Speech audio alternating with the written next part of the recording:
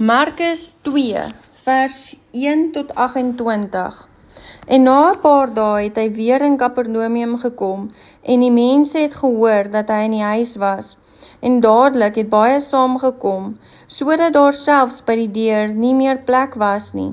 En hy was besig om aan hulle die woord te verkondig.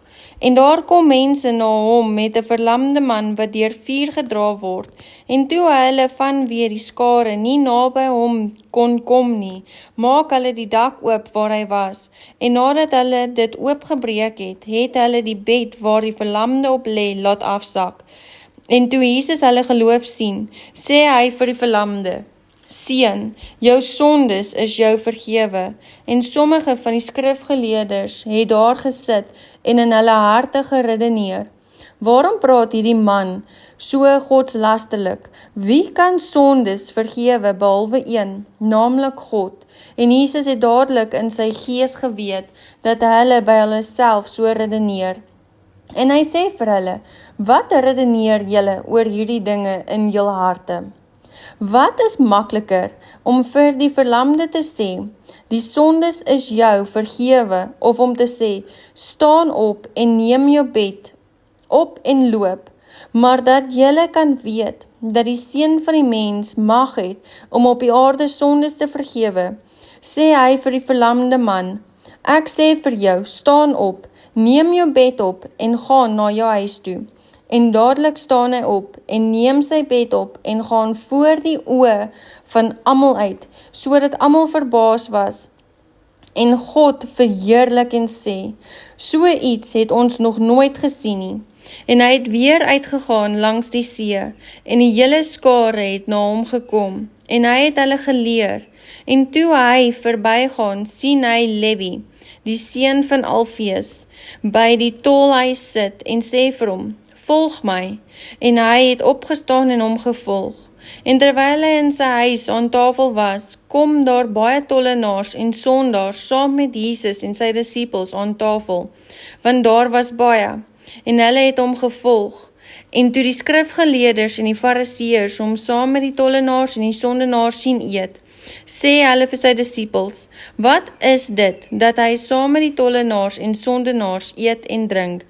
En toe Jesus dit hoor, sê hy vir hulle: Die wat gesond is, het die geneesheer nie nodig nie, maar die wat ongesteld is. Ek het nie gekom om regverdiges te roep nie, maar sondaars tot bekering. En die disippels van Johannes en die van die fariseërs was besig om te vas. Toe kom hulle en sê vir hom: Waarom vas die disippels van Johannes en die van die fariseërs, maar u disippels vas nie? En Jesus sê vir hulle: Kan die bruilofsgaste dan vas terwyl die bruidegom by hulle is? Solank as hulle die bruidegom by hulle het, kan hulle nie vas nie. Maar daar sal dae kom wanneer die bruidegom van hulle weggeneem word, en dan sal hulle vas. In daardie dae, en niemand werk 'n nuwe stuk lap op 'n ou kleed nie, anders keer sy nuwe aangelapte stuk van die oue af. En daar kom 'n erger skeer. En niemand gooi nuwe wyn in die ou leersakke nie, anders sal die nuwe wyn die sakke laat bars. En die wyn loop uit en die sakke vergaan, maar nuwe wyn moet in nuwe sakke gegooi word. En terwyl hy op die Sabbat deur die gesaaides loop, het sy disippels algaande are begin pluk.